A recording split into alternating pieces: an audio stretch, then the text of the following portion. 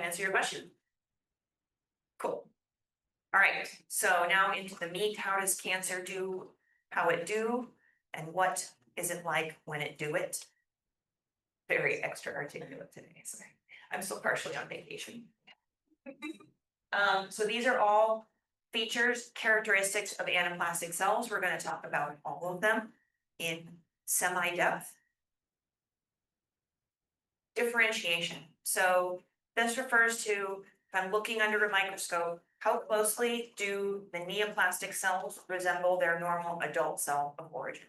So that leiomyoma we looked at comes from a smooth muscle cell. If I look at that tumor under the microscope, how much do those tumor cells look like normal, healthy, adult, regular, smooth muscle cells? If they look a lot like them, they are well differentiated.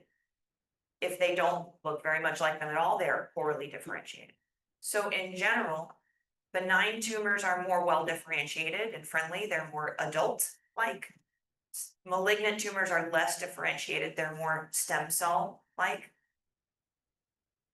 Differentiation can decrease over time in a tumor. So I was talking to someone after class yesterday.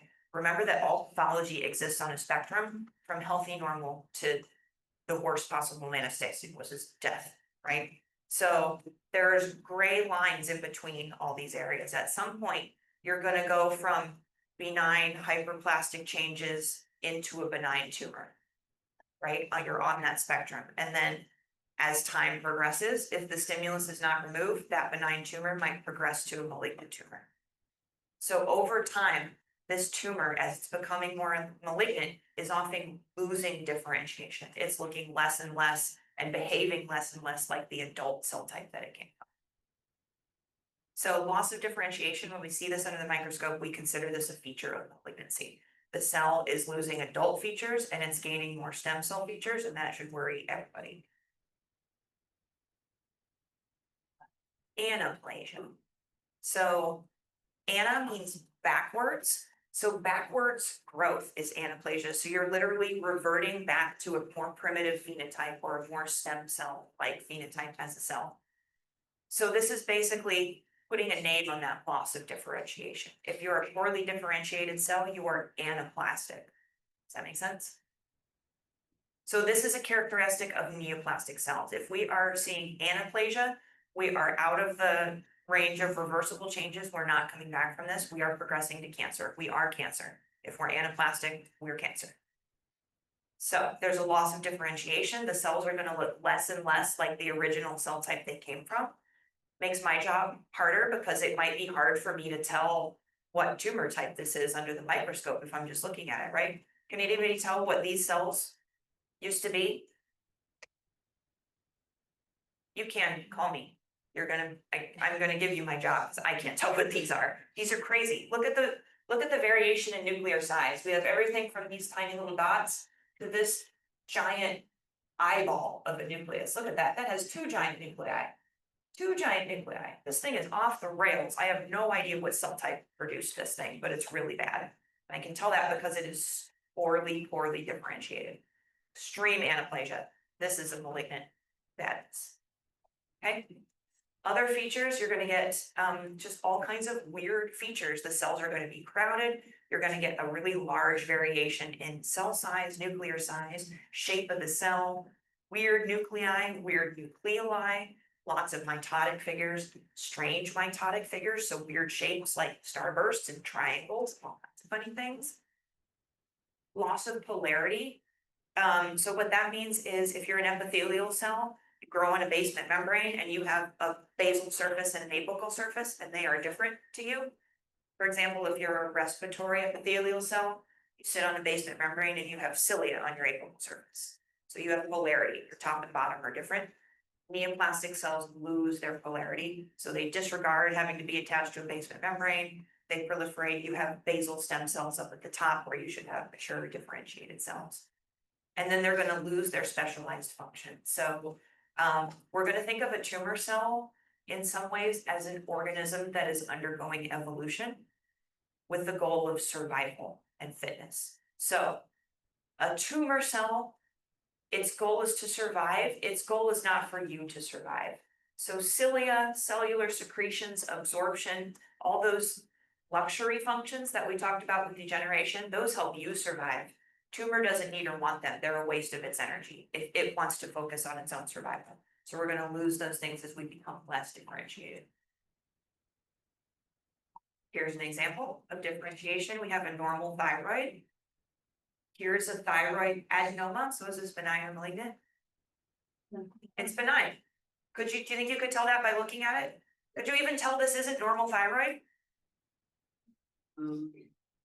There are some subtle differences between these two, but if I flash this up and you just look at it for a second, you'd be like, that's thyroid, right? Normal thyroid. What about this? How much does that look like this? Percentage out of 100. 1.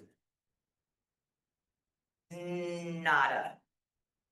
Can we, if we just looked at this image in isolation, can we tell if this is an epithelial, mesenchymal, or round cell tumor?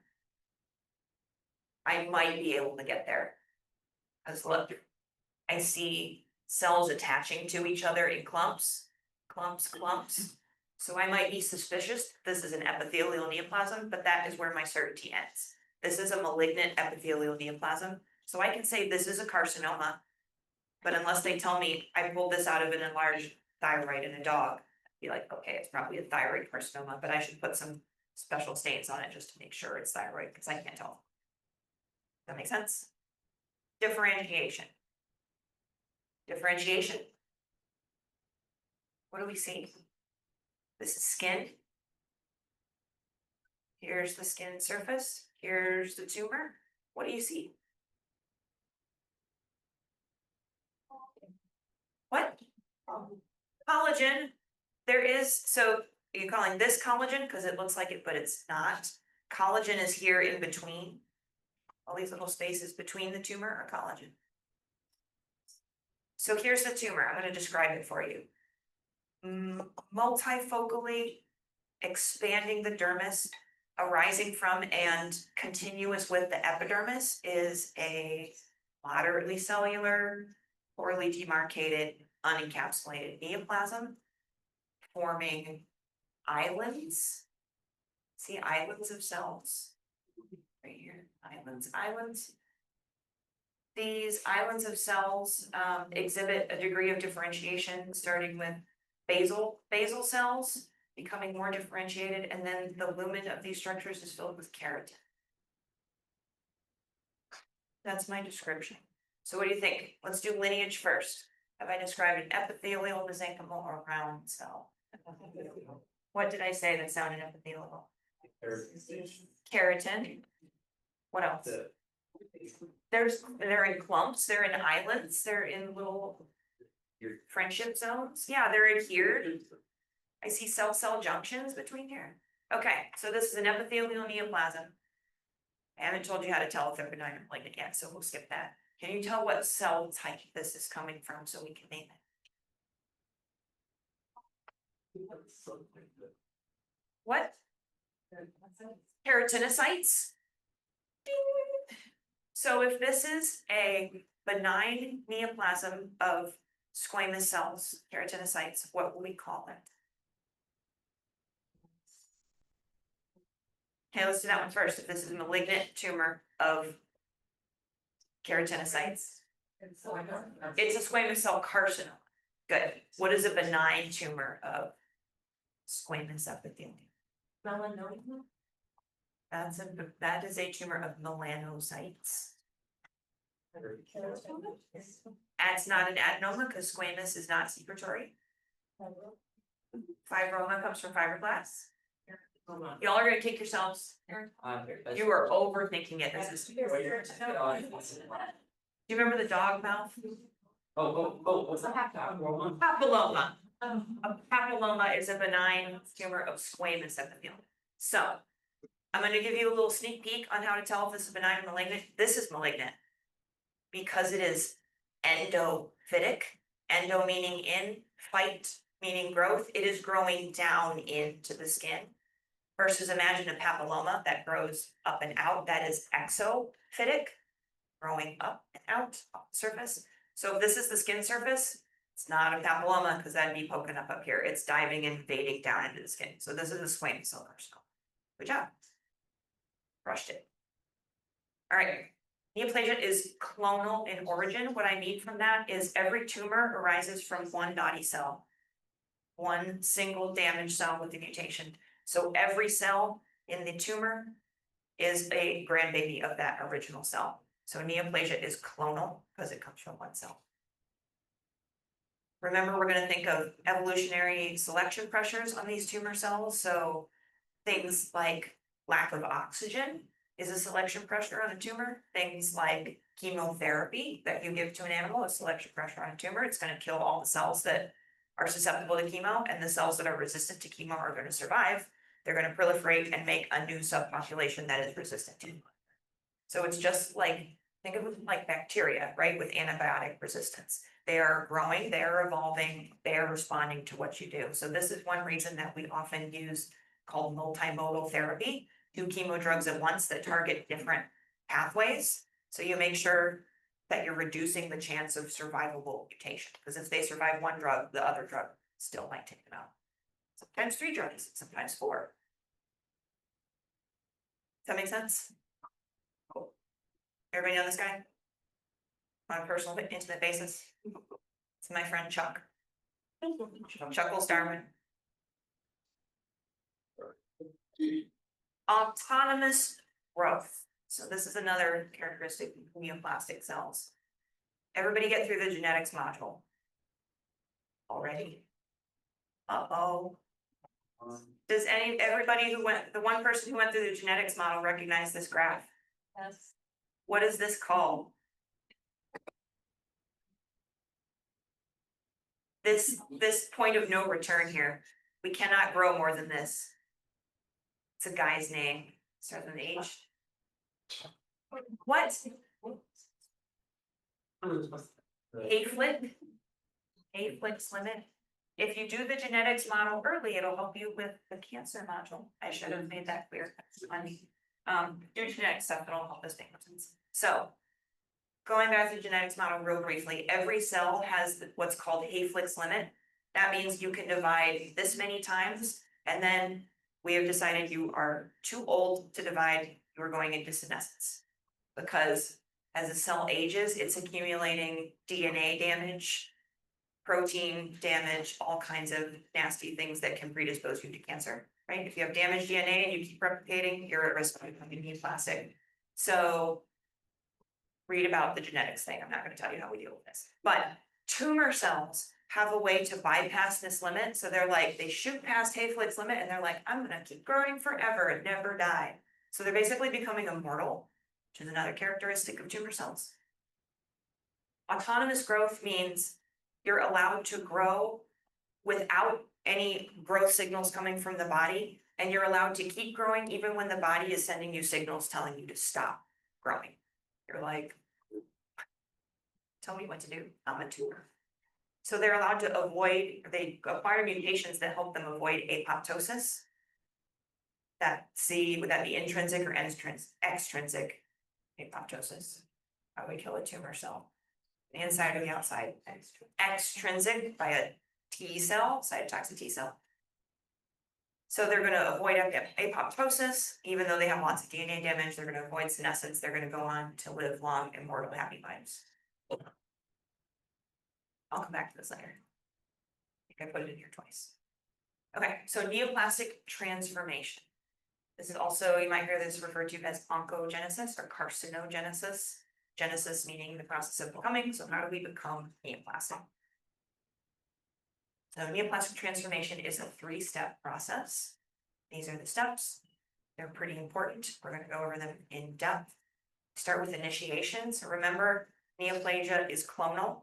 So if with initiation, we're talking about one cell accumulates an irreversible genetic change. So a mutation in a cell.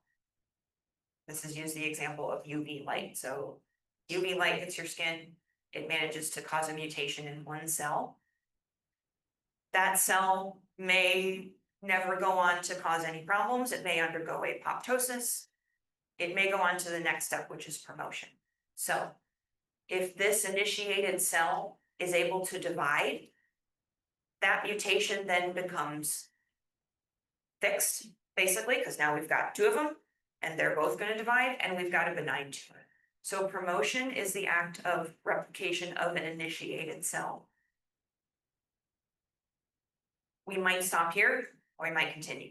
Progression is the third step. This is where the tumor and the tumor cells accumulate additional irreversible genetic changes as well as epigenetic changes. And that causes progression to a malignant tumor. Okay, so 3 steps. We can stop at any step. We don't always progress the full way. Okay, so initiation. Single cell, remember it's clonal, it's going to undergo an irreversible mutation. Things that are mutagens and carcinogens are initiators. So carcinogen, anything that causes cancer, mutagen, anything that causes a mutation. They're synonymous, but not quite, right? So many mutagens are also carcinogens, but not all carcinogens are mutagens. That makes sense. Okay, so initiation is just a mutation. Cell can be caught by all our mechanisms of fixing genetic error. If it doesn't, it can go on to replicate. It then gets fixed. And then these initiated cells, importantly, are morphologically normal. They just have a mutation. They still look like normal adult cells. There's only one of them, right, until it divides. So I can't see this on a microscopic level. They look normal. They're this guy. People still play this game? Among Us, yeah. Sus. Okay, so initiation. There are 4 classes of genes that are most commonly mutated in cancers.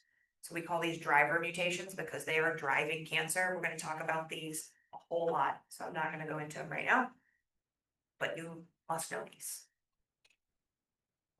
All right, step 2, promotion. So we have an initiated cell with this little mutation. He's just hanging out.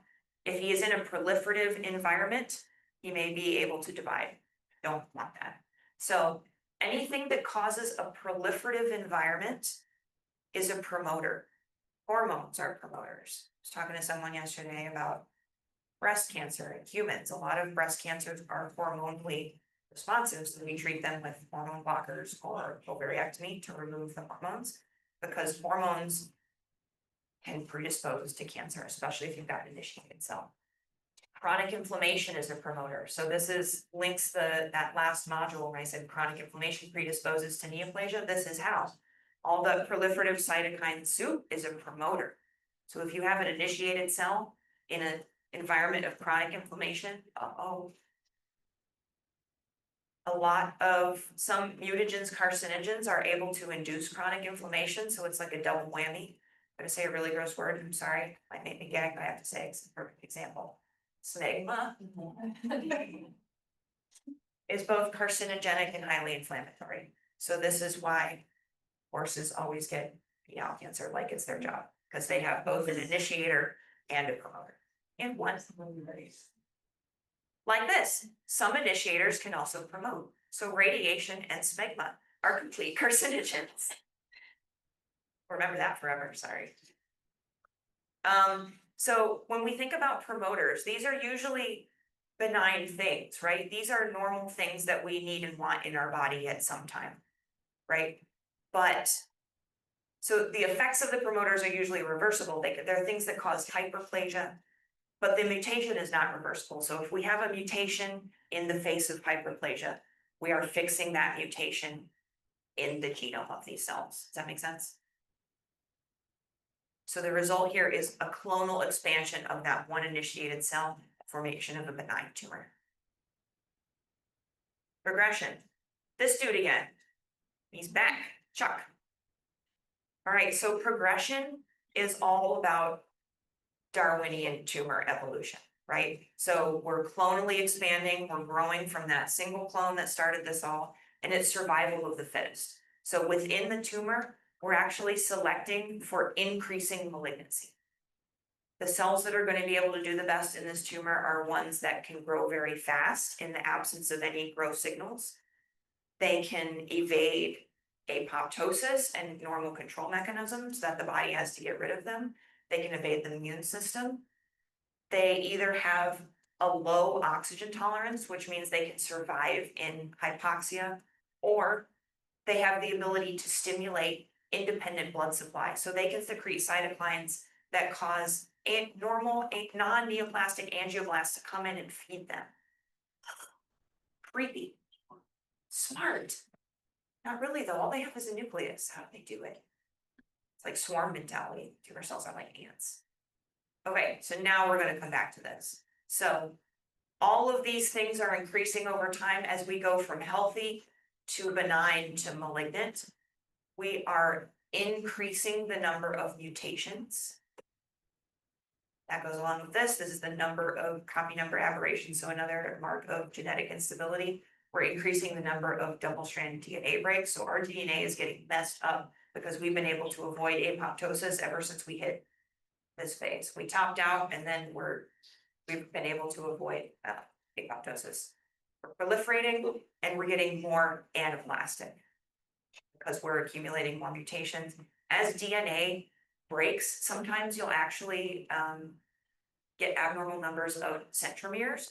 So instead of like a bipolar mitotic spindle, you'll get like 3 and 4, and they pull the DNA apart in all these weird ways and break them in funny ways, and the cell has no DNA repair or apoptosis control, so it's like, whatever.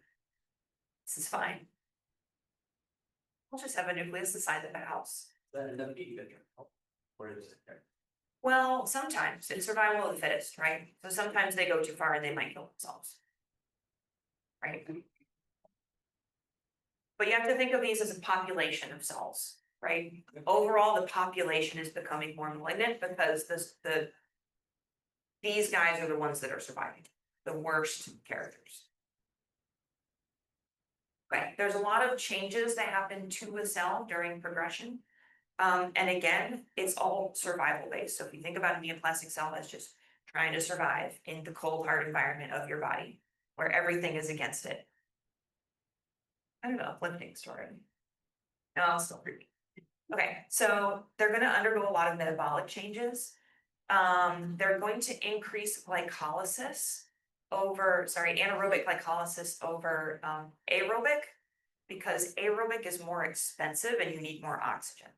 So this favors survival in a low oxygen environment, but it makes their cytoplasm more acidic. So again, there's like a trade-off, pro cons. This causes increased tumoral necrosis often because a cell can only tolerate so much acid, even a tumor cell. There's lots of abnormal signaling. They're making abnormal proteins. We're going to talk about paraneoplastic effects in a couple days. So these cells can produce like hormone analogs that can have distant effects in the body, cause hypercalcemia and stuff like that. The cell cycle is becoming totally dysregulated. So we're getting weird division. We're getting those multipolar spindles that are breaking chromosomes, causing aneuploidies, another word from the genetics module. So it's the wrong number of chromosomes. There's all kinds of surface changes. So they're changing their antigen expression primarily to hide from the immune system, which is looking for tumor antigens that the body doesn't recognize. Be like, that seems funny to me. Also loss of MHC1. It should be on all your nucleated cells. If you don't have them, like a cancer, we should kill you. Their cytoskeleton is undergoing changes. So your cytoskeleton is how you move around if you're a mobile cell. So an epithelial cell should be pretty stable and fixed versus a mesenchymal cell, which has more amoeboid, can crawl through tissue. So as an epithelial cell becomes more malignant, it'll acquire more of that amoeboid movement. That's how we get metastasis. Things are creepy crawling in blood vessels. This too, loss of cell cohesion. If you're an epithelial cell, your programming says I need to be touching neighbors. If you mutate that programming to become a cancer cell, I don't need my neighbors. I'm off. Bye. To the liver, to the lung, to the windows. Okay, so same thing I've been saying.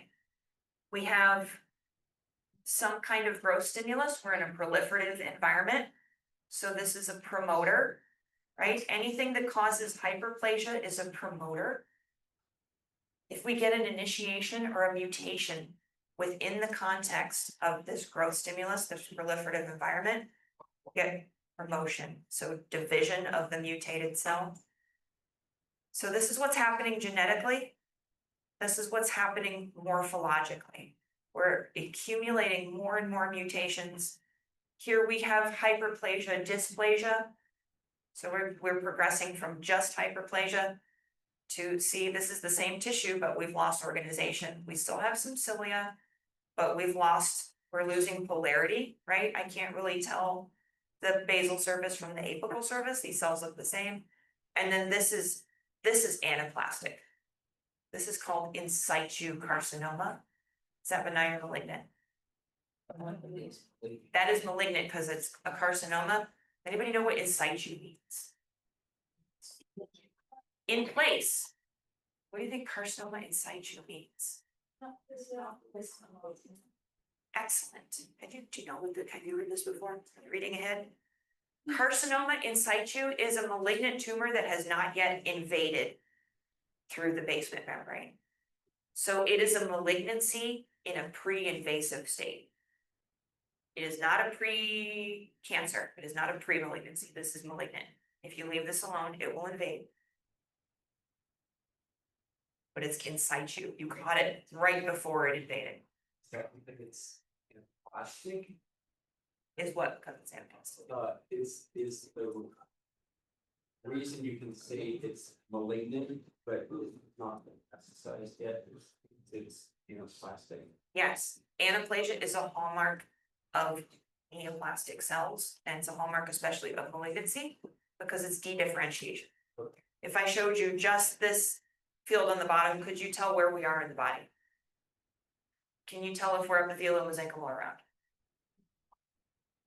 Yeah, I think so. We're cohesive cells sitting on what looks like a basement membrane.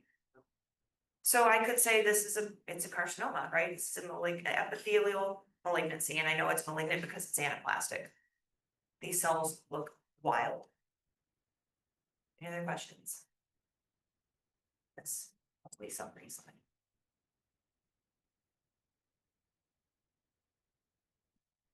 Okay. What step is he in? Initiation, promotion, or progression? Initiation. One cell. Everyone's looking at him like, calm down, buddy. Here comes the cytotoxic T cell. Shove this guy up.